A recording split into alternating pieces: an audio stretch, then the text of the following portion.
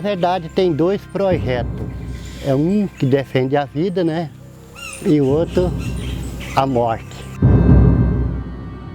Nós não queremos a terra para negociar. Mais de 2 milhões de quilômetros quadrados que serão impactados por esses projetos. Simplesmente por causa da soja.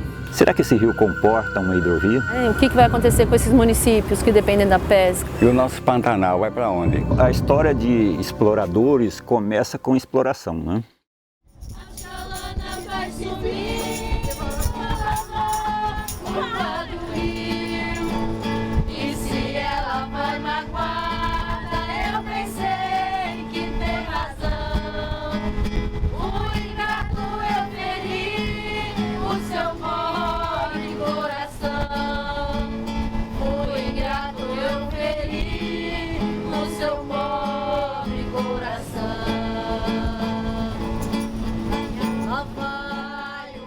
Participando de um dia, 1º de maio, de uma luta, no 1º de maio, né, a gente organizava o povo para a luta do trabalhador.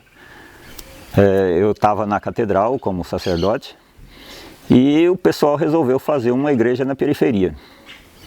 E junto com o pessoal nós inauguramos uma paróquia que não tinha sede, não tinha nada, chamada Cristo Trabalhador. O sindicato e mais entidades que os direitos humanos e mais algumas partes da Igreja Católica, a gente não podemos esquecer também algumas pessoas, não todas, né?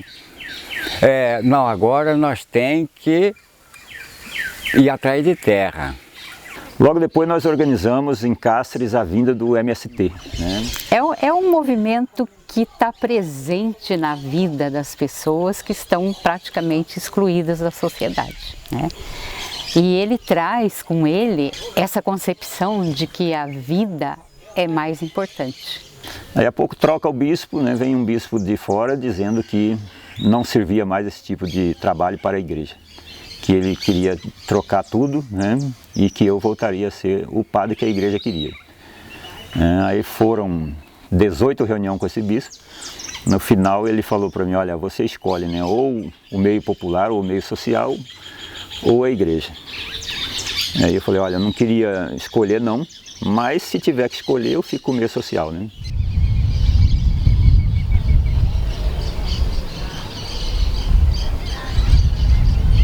Se eu não me engano, eu não lembro mais, mas acho que é 135 mil habitantes tem em Cáceres.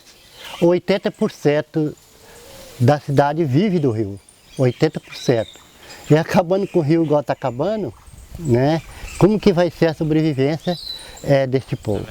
Nós temos só no município de Cáceres 3.500 famílias assentadas e mais 2.500 da agricultura tradicional, que não são vistos.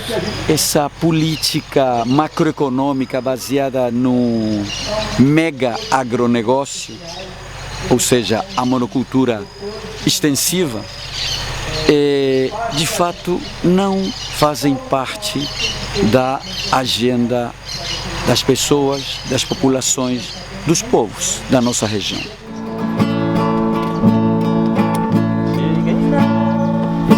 Beirando o porto onde as ondas se espalham. Boa tarde! Viva o Rio Paraguai! Voltam sentando à beira da praia.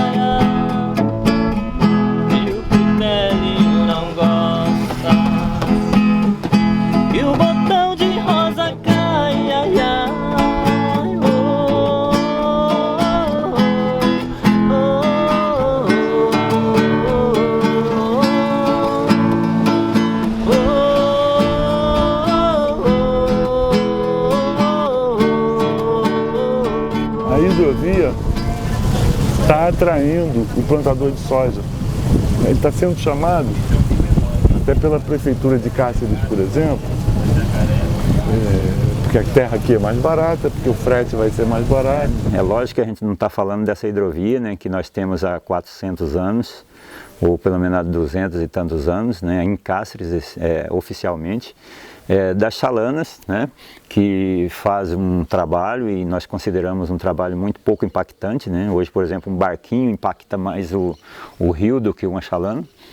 Mas nós estamos falando da proposta de hidrovia Paraguai-Paraná, que chegou com um desenho, né, terrível, né? A gente está vendo a influência do poder público, eu sou vereador, eu sei como é que está. As prefeituras buscando empresa para cá, para investir na soja aqui. A hidrovia passaria a ter mais da metade do seu movimento, volume em peso, né, de carga, de soja. Vai exportar daqui e sair direto para Buenos Aires e daí para outros países importadores, como China. E aí a gente tem uma conjuntura bem complicada, que é um prefeito que é um grande garimpeiro, né, e que usa, né, desse poder dele enquanto prefeito, enquanto legislador, para poder se inserir, né, nas comunidades, né, principalmente as comunidades indígenas, onde ele tem interesse, né, na riqueza que essas terras possuem, que as maiores jazidas de minério que são nas terras indígenas.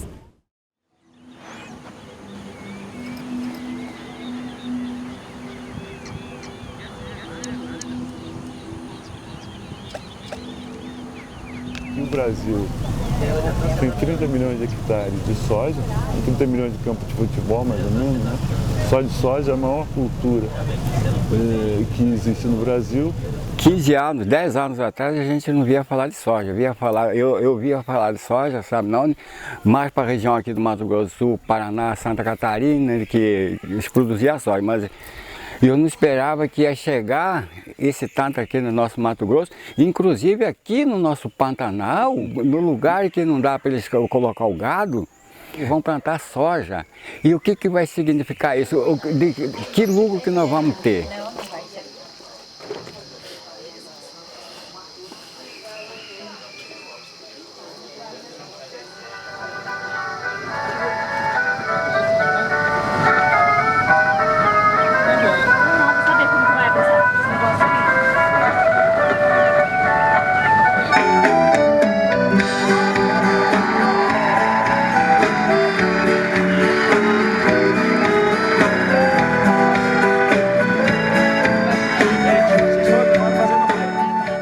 Essa região de Cáceres a Corumbá é uma região muito sensível, como vocês podem ter observado. É um trecho muito meândrico, estreito, tem regiões com 80% de desmatamento e os solos extremamente frágeis, né, arenosos. Então, o potencial erosivo aumenta muito com esse mau uso do solo. Para plantar soja não deixa nenhuma árvore, né? Porque atrapalha depois o avião de passar para passar o veneno, né? Atrapalha a máquina grande para colher, um monte de coisa assim. Hoje o Mato Grosso em si está gerando tudo em cima da soja, né, que é a agricultura, e a pecuária. Então, o Cáceres hoje ainda tem bastante pecuária, mas se entrar a agricultura, a perca vai ser muito grande no caso do Pantanal, né? Porque os agrotóxicos são imensos, são muito mesmo. Lá onde a gente mora tem um rio por nome Rio do Bugre, né? Uns 20 anos atrás era uma riqueza, hoje acabou tudo. Então isso é o pessoal do agronegócio, né? Fez tudo isso para plantar cana, soja. O importante para eles é dinheiro, a vida que se dá.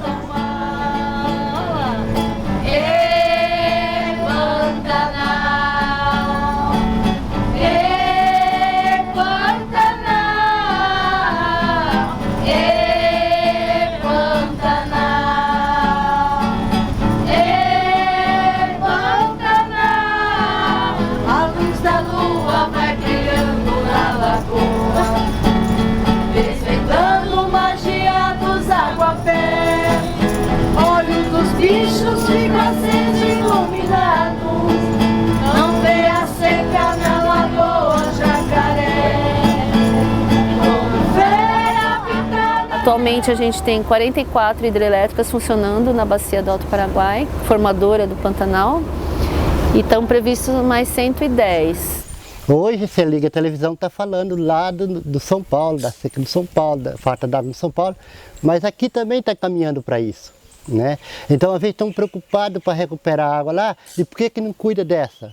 E nós aqui no Mato Grosso, com toda essa fartura de água que nós estamos tendo aqui, uma hora nós vamos chegar ou pior do que São Paulo.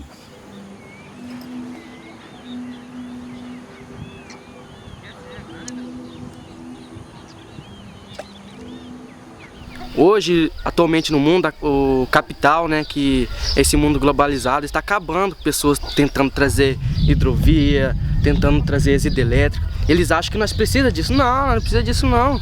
O que nós precisamos, nós temos. Mas não somos nós, os povos, que não aprendemos.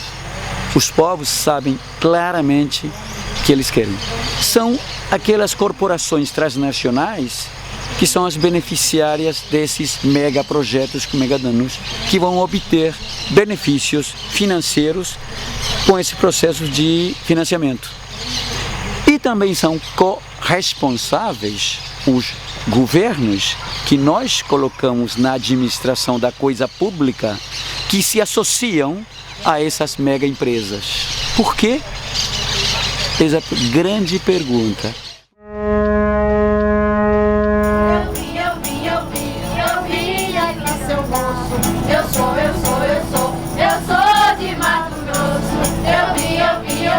Eu vim aqui, seu moço. Eu sou de Mato Grosso.